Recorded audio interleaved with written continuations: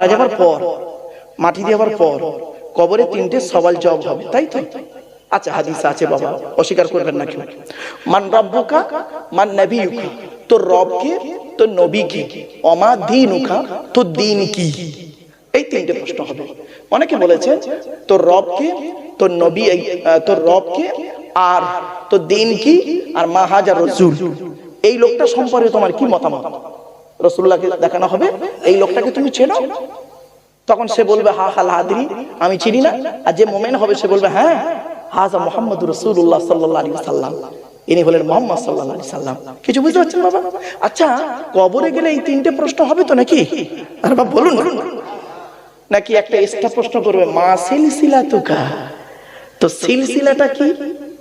ফেরেশতারা বলবে নাকি যে তুই তাবলীগ না ফুরফুরা না বেরেলি না ওয়াহাবি না জামাত ইসলামী না আহলে হাদিস? তাহলে কবরে এই প্রশ্নটা হবে না, তাই তো নাকি? আরে ভাই বলুন না। আচ্ছা, হবে না। আচ্ছা, কোন আলেম পৃথিবীতে বলেছে আপনাদের যে কিয়ামতের মাঠে আল্লাহ এই প্রশ্ন করবে, তুই পৃথিবীতে তাবলীগ ছিলিস না ফুরফুরা না বেরেলি না ওয়াহাবি না জামাত ইসলামী না আহলে হাদিস? বলবে না। আল্লাহ যে প্রশ্ন, তাহলে যে প্রশ্নটা কবরে হবে না, যে প্রশ্ন কিয়ামতের মাঠে হবে না, ওরে মূর্খ, সেই প্রশ্নগুলো নিয়ে কেন পৃথিবীতে মারামারি করিস? অর্থাৎ যে প্রশ্ন কবরে হবে, যে প্রশ্ন কিয়ামতের মাঠে হবে, সেই প্রশ্ন নিয়ে মারামারি কর, লাভ হবে। কথাটা আমি কি বোঝাতে পারলাম?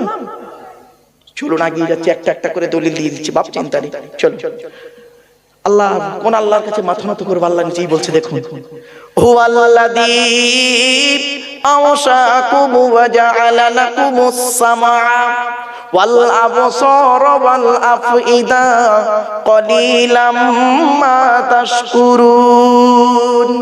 18 নম্বর পারা, 6 নম্বর পৃষ্ঠা, 4 নম্বর লাইন, সূরার নাম সূরা মুমিনুনের 78 নম্বর আয়াত। কোরআন জানিয়ে দিয়েছে কোন আল্লাহর কাছে তোরা মাথা নত করবি? যে আল্লাহ তোর মায়ের পেটের ভিতর থেকে দুর্বল করে তৈরি করেছে, শোনার জন্য কান দান করেছে, দেখার জন্য চোখ দান করেছে, সৃষ্টি জগৎকে বোঝার জন্য যে আল্লাহ তোর সুন্দর হৃদয়ে দান করেছে, কোন আল্লাহর কাছে মাথা নত করব? আল্লাহ নিজেই বলছে, ওয়ালাকাদ খালাকনাল ইনসানা মিন সুলালাতিন মিন তিন সুম্মা জাআলনাহু নুতফাতান ফি করারিম মাকিন। 18 নম্বর পারার 1 নম্বর পৃষ্ঠার 8 নম্বর লাইন, সূরার নাম সূরা মুমিনুনের 12 নম্বর আয়াত। আমি আল্লাহ মাটির নির্যাস থেকে তোদের তৈরি করেছি, বাপ আর মায়ের মিলনের মাধ্যমে ওই পানিটাকে আমি আল্লাহ তোর মায়ের পেটের ডাইসে সুন্দর করে রেখে দিয়েছি। আর কি করেছি? সুম্মা খলাকনান নুতফাতা আলাকাতান ফাখলাকনাল আলাকাতা মুদগাতান ফাখলাকনাল মুদগাতা ইযামান ফাকাসাউনাল ইযামা লাহমা সুম্মা আনশানাহু খলকনা আখর। আমি আল্লাহ তোর মায়ের পেটের ভিতরে ওই পানিটার 40 দিন পরে রক্তপিণ্ড করেছি, তার 40 দিন পরে মাংসপিণ্ড করেছি, তার 40 দিন পরে হাড় তৈরি করেছি, হাড়ে আর মাংসে সুন্দর করে লাগিয়ে দিয়েছি। আমি আল্লাহ তোর মায়ের পেটের ভিতরে সুন্দর একটা আকৃতি দান করেছি। চলো না, আমরা এখন মায়ের পেটে এসে গেলাম প্রত্যেকে, ঠিক না বেটা? প্রত্যেকেই মায়ের পেটে এসে গেলাম। খাওয়াবার দায়িত্ব কার? জোরে বলো। ওয়া মা মিন দাব্বাতিন ফিল আরদি ইল্লা আলাল্লাহি রিজকুহা ওয়া ইয়ালামু মুস্তাকাররাহা ওয়া মুস্তাওদাআহা কুল্লুন ফি কিতাবিম মুবিন। 12 নম্বর পারার 1 নম্বর পৃষ্ঠার 1 নম্বর লাইন, সূরার নাম সূরা হুদের 6 নম্বর আয়াত। আল্লাহ বলছে, এই পৃথিবীর জমিনে এমন কোন প্রাণী নেই রে যার খাবারের দায়িত্ব আমি আল্লাহ নিইনি। বান্দা একবার চিন্তা করে দেখি, সকালবেলা প্রাণীগুলো খালি পেট নিয়ে বের হয়ে যায়, সন্ধ্যা যখন ঘনিয়ে আসে আমি আল্লাহ তাদের ভরা পেট নিয়ে আবারও বাসায় ফিরাইয়া দিই। যে আল্লাহ একটা হাতিকে খাওয়াতে পারে, যে আল্লাহ একটা পিঁপড়েকে খাওয়াতে পারে, যে আল্লাহ একটা ময়েল সাপকে খাওয়াতে পারে, সে আল্লাহ আমাকে আপনাকে খাওয়াতে পারে না? কিভাবে খাওয়াচ্ছে দেখুন, বাপেরা বাড়ি থেকে ভাববেন কিভাবে আল্লাহ খাওয়াচ্ছে দেখুন।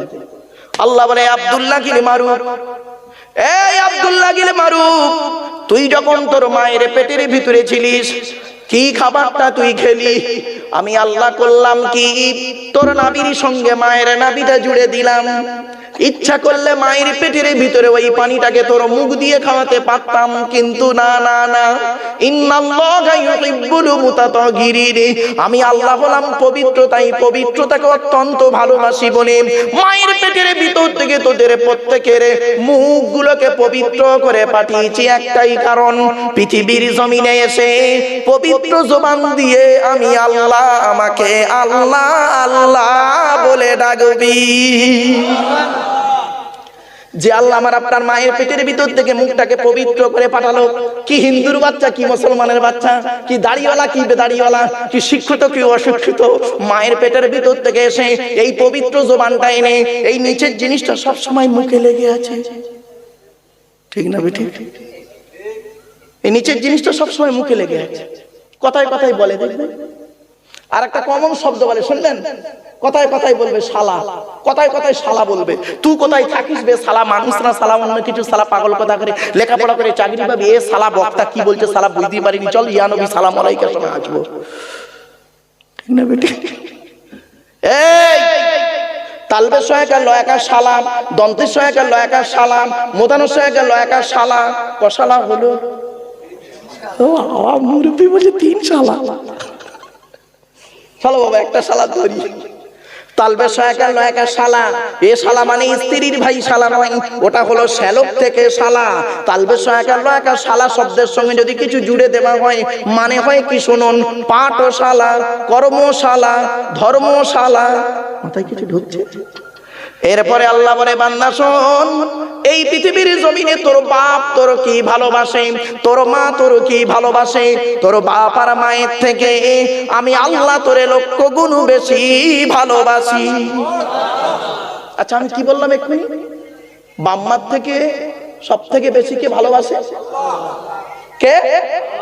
প্রমাণ নেবেন? দেবো, এই প্রমাণটা দেবো কি? ধরে নিন বাবা, আপনাদেরকে একটা অনুরোধ করছি, একটু আগে এগিয়ে আসবেন বাবা। ফাঁকা ফাঁকা ফাঁকা ফাঁকা মতো আছে তো কেমন লাগছে?